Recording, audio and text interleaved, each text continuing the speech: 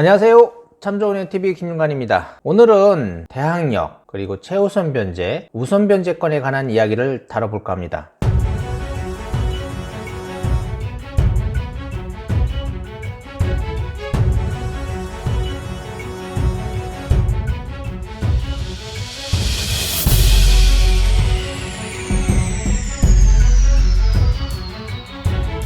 제가 예전에 2012년도에 경매받은 물건을 가지고 예를 들까 합니다. 사건 번호가요 2011타경 25,008번 물건입니다. 조치원, 옛날에는 충남 영기군 조치원읍이었어요. 지금은 세종시 그냥 조치원읍이잖아요. 조치원읍 신흥리 물건, 신흥 프로지오 아파트 경매 물건입니다. 이게 평수가 좀 큰 평형대였어요. 지금으로 말하면 50평형대입니다 126제곱미터인데요, 전용 면적이. 그때 당시에 감정 가격이요 2억 5천만 원이었습니다. 그래서 한번 유찰된 30% 저감이죠. 그 당시에도 유찰돼서 1억 7,500만 원 최저가였고요. 입찰 보증금은 당연히 그에 대한 10% 1,750만 원이었습니다. 임의 경매로 진행되는 사건이었고요. 제 단독 입찰 받은 거예요. 1,000만 원 정도 더 썼거든요. 1억 8,590만 원에 단독 입찰 받은 경매 물건이었습니다. 그래서 바로바로 이제 진행이 돼가지고 대금 납부도 좀 빨리 했고요. 한번 그 물건에 대해서 자세히 보도록 하겠습니다. 이게 보존 등기가 2006년이니까 그 당시 경매 받을 당시에 한 6년 정도 된 물건이었습니다. 그리고 제가 받은 게 탑층이었어요. 근데 저도 그때 당시에는 뭣도 모르고 받았죠. 평수도 크고 그리고 더구나 탑층이고 거의 매매가 힘든 물건이었습니다. 저도 그 당시에 매매할 때 좀 애를 먹기도 했거든요. 그 당시에 보면 여기 임차인이 두 분이 있는 걸로 나와 있었어요. 이게 얼핏 보면 대항력이 있어 보여요. 전입이 2007년 3월 9일, 확정일자도 2007년 3월 9일, 배당 요구는 배당 요구 종기일인 2012년 3월 5일에 딱 맞춰서 배당 요구를 하셨어요. 만약에 가끔 경매에서요, 요 배당 요구 종기일이 지나서 배당 요구 하시는 분이 있거든요. 배당 안 됩니다. 임차인이 있을 때는 요거 분석 잘 하셔야 되고요. 어차피 이분은 말소 기준보다도 후순위였기 때문에 대항력이 없어서 별로 관심을 갖고 있지 않았는데, 나중에 알고 보니까 이분이 이제 부인이었고 이분이 이제 신랑이었는데 이혼을 하셨던 것 같아요. 그러다 보니까 요걸 그대로 가족 중에 한 분이 나가시고 다른 사람이 점유를 하고 있으면 그대로 대항력이 유지가 됩니다. 그래서 부인은 그때 당시에 안 계셨는데 그 신랑이 계속 살고 있어 가지고 대항력을 받아서 그래도 일부라도 보증금을 가져간 그런 사례입니다. 2007년 3월 9일 근저당 말소 기준이 2007년 3월 9일이었습니다. 이렇게 보면 경매를 처음 하시는 분들은 요게 대항력이 있어 보여요. 얼핏 보면. 그런데 어떻게 돼요? 대항력은 전입하고 점유를 하고요. 그 다음날 0시에 대항력이 발생합니다. 그래서 이분은 2007년 3월 10일 0시부터 대항력이 발생하시는 거예요. 그러면 은행은 2007년 3월 9일부터 1순위가 되는 겁니다. 그러니까 이게 말소 기준보다 어떻게 돼요? 이분은 후순위라는 거죠. 그래서 이분은 대항력이 없다. 일반 매매에서는요,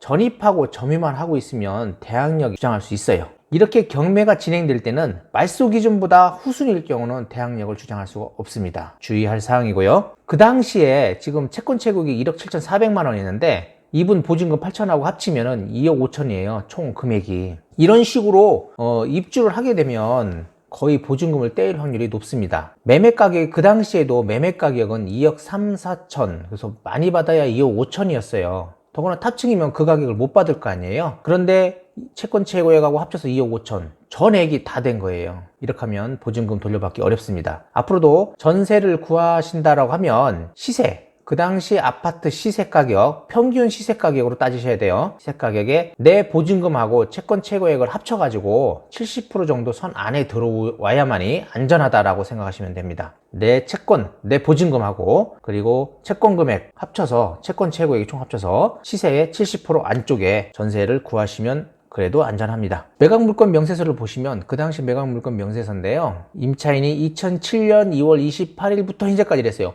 아까 보면 2007년 3월 9일부터라고 했잖아요. 이게 그 당시 막 그 물건을 사고 그리고 다시 전세 맞추고 하는 그런 타이밍이었나 봐요. 그러다 보니까 실제로는 2월 28일 날 전입신고를 했지만은 은행 근저당 때문에 3월 9일 날 하신 거예요, 이분이. 그나마 더 빨리 하신다고 그날짜에 하셨는데, 요즘 보면 은행이 근저당 설정하고 그 다음날 하라고 하잖아요. 후순위로 대출이 안 나오기 때문에 아마 그렇게 해서 이루어진 것 같습니다. 예, 임대차가 없는 걸로 됐지만 임대차는 있었고요. 대항력 그건 어떻게 됐어요? 점유하고 전입신고를 하고 나서 다음날 0시에 대항력이 발생한다고 했고요. 우선 변제권은요, 대항력이 생기고 나서 확정일자를 받으면 그날로부터 우선 변제권이 생깁니다. 그리고 최우선 변제가라는 거는 최우선에서 변제받을 수 있는 권리거든요. 대항력을 갖추고 나서 내 보증금이 소액 보증금 안에 들어가 있어야 그 중에 최우선 변제를 받을 수 있는 겁니다. 다 받는 건 아니에요. 그 중에 일부 최우선 변제 금액이 있다라는 겁니다. 그건 좀 이따가 표로 볼 거고요. 그리고 최우선 변제금의 변제권, 요것을 정할 때는요, 말소 기준으로 정하는 것이 아니고요. 굉장히 중요한 사항입니다. 어떤 분들은 다 말소 기준으로 정하시는 줄 알고 있거든요.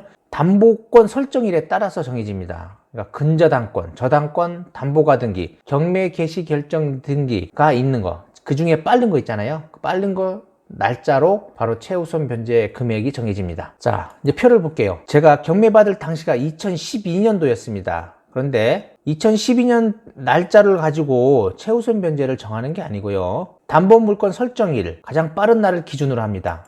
그러면 담보물권 설정일, 이 중에서 담보물권 설정이 가장 빠른 게 어떤 거 있어요?